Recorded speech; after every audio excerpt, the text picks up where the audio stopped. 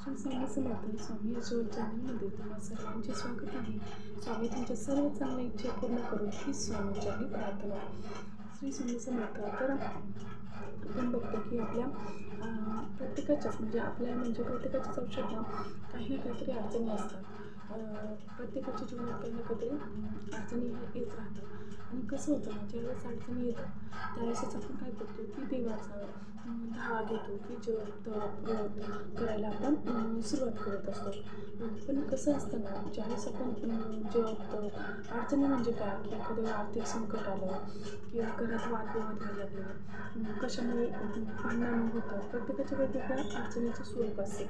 आणि ते अडचणी आल्या की आपल्याला खूप ज्यावेळेस त्रास व्हायला सुरुवात होते त्यावेळेस मग आपण काय करतो की कोणतं तरी देवाचं करतो, कोणी काही सांगितलं का ते करायला सुरुवात करतो.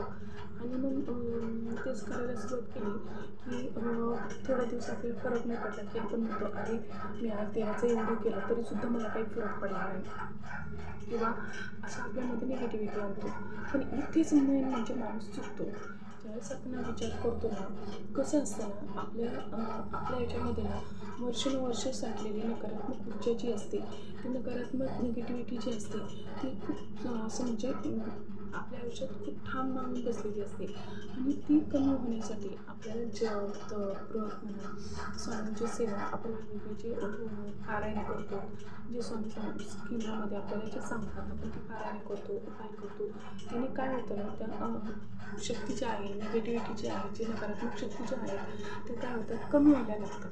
कमी व्हायला लागतात म्हणजे काय होतं की त्याच्या जागरूक होऊन कमी होतात. आणि मग ते कमी व्हायला लागले की आपल्याला त्याचा जास्त त्रास होतो ना. आपल्याला काय वाटतं ना, म्हणजे कसं असतं ना की आज आपण औषध घेतलं लगेच उद्या नीट झालं असं तर नाही आहे ना.